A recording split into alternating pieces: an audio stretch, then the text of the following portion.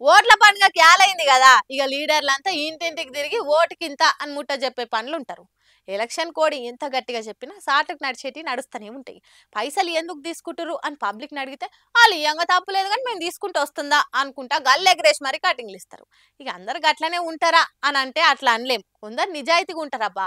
ఇగో గీ అన్నం చూస్తుంటే అచ్చం నీతి నిజాయితీకి అంగిపైన దొరికినట్టేగా అని వస్తుండు. ఆగో బండికి వెనక పొంటి నంబర్ ప్లేట్ ఉండాలి కదా, ఇదేంది జరంత ఇచ్చంత్రంగా ఉంది. ఓపాలు ఏం రాసిందో చదువుదాం పరి.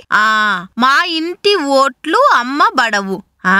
ఏంది ఈ దినాలల్లో కూడా ఓటర్లు గిట్లున్నారా? ఊకో కాక గమ్మత్ చేయకు అని అంటారా? అయితే తాతతోనే మాట్లాడదాం పాండ్రి. ఓట్లు అమ్ముకుంటే మా దృష్టిలో కన్న తల్లిని అమ్ముకున్నట్టే. ఎందుకంటే ఓటు వేయటం అనేది నువ్వు భారతీయ పౌరుడే, ఏ దేశ పౌరుడైనా సరే అతని బాధ్యత అది. అది ఏమోను మీరు డబ్బులు ఇస్తేనే వేయాలా ఏంటిది? మరి ఒక 30 సంవత్సరాల క్రితం ఎవరైనా డబ్బులు ఇచ్చారా? ఇప్పుడు ఎందుకు 500 ఇస్తాం, 1000 ఇస్తాం, 2000 ఇస్తాం, 5000 ఇస్తాం అంటే మా ఆత్మాభిమానాన్ని కొనాలని చూడటం కదా. మీరు రాజకీయ రంగాన్ని వ్యాపార రంగం కింద చూస్తారా? అది సేవా రంగం. ఒక గుడి దగ్గర ఎలాగైతే ట్రస్టీ ఉంటుందో అలాగే ప్రజాస్వామ్యానికి ఎమ్మెల్యేలు, ఎంపీలు, మంత్రులు అంతా ట్రస్టీ లాంటి వాళ్ళు. అంతేగాని దీన్ని మోసం చేసి మీరు 100 ఎకరాలు 1000 కోట్లు దోచుకునేటువంటి వ్యవస్థ కాదని చెప్పడానికి మేము ఈ చిన్న ప్రయత్నం అమలాపురం మండలం బండారులంకలో చేస్తున్నాం. 500 ఇటువంటి స్టిక్కర్స్ ఇచ్చి ఎవరైతే ఇష్టపడతారో వాళ్ళందరికీ అంటిస్తున్నాం కూడాను.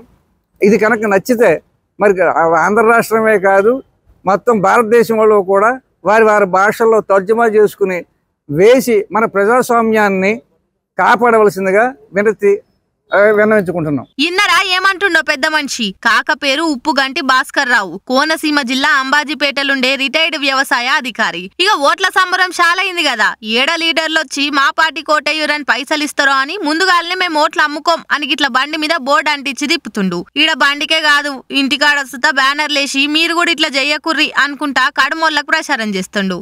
ఎందుకిట్లా అని అడిగితే ఓటు కన్న తల్లసొంటిది, అట్లా ఓటు అమ్ముకుంటే మన నోట్ల మనమే మన్ను కొట్టుకున్నట్టు అవుతుంది. నిజాయితీగా ఓటేసి మంచి పాలకులను ఎన్నుకుంటే బాగుపడతాం, లేకపోతే అది మన సాగుకే వస్తది అని అనుకొచ్చిండు. పైసకు సొల్లు గార్చుకునే మనుషులున్న ఈ రోజులల్లా కాక నిజాయితీ చూసి అంత తారీఫ్ చేస్తారు. అందరు మారకపోయినా ఒక్కరు మారినా చాలనుకున్నట్టున్నాడు. చూద్దాం తాత ప్రచారం చూసిన వాళ్ళ దాంట్లో ఎంతమంది మారతారో, ఎంతమంది ఓట్లను నమ్ముకోరో.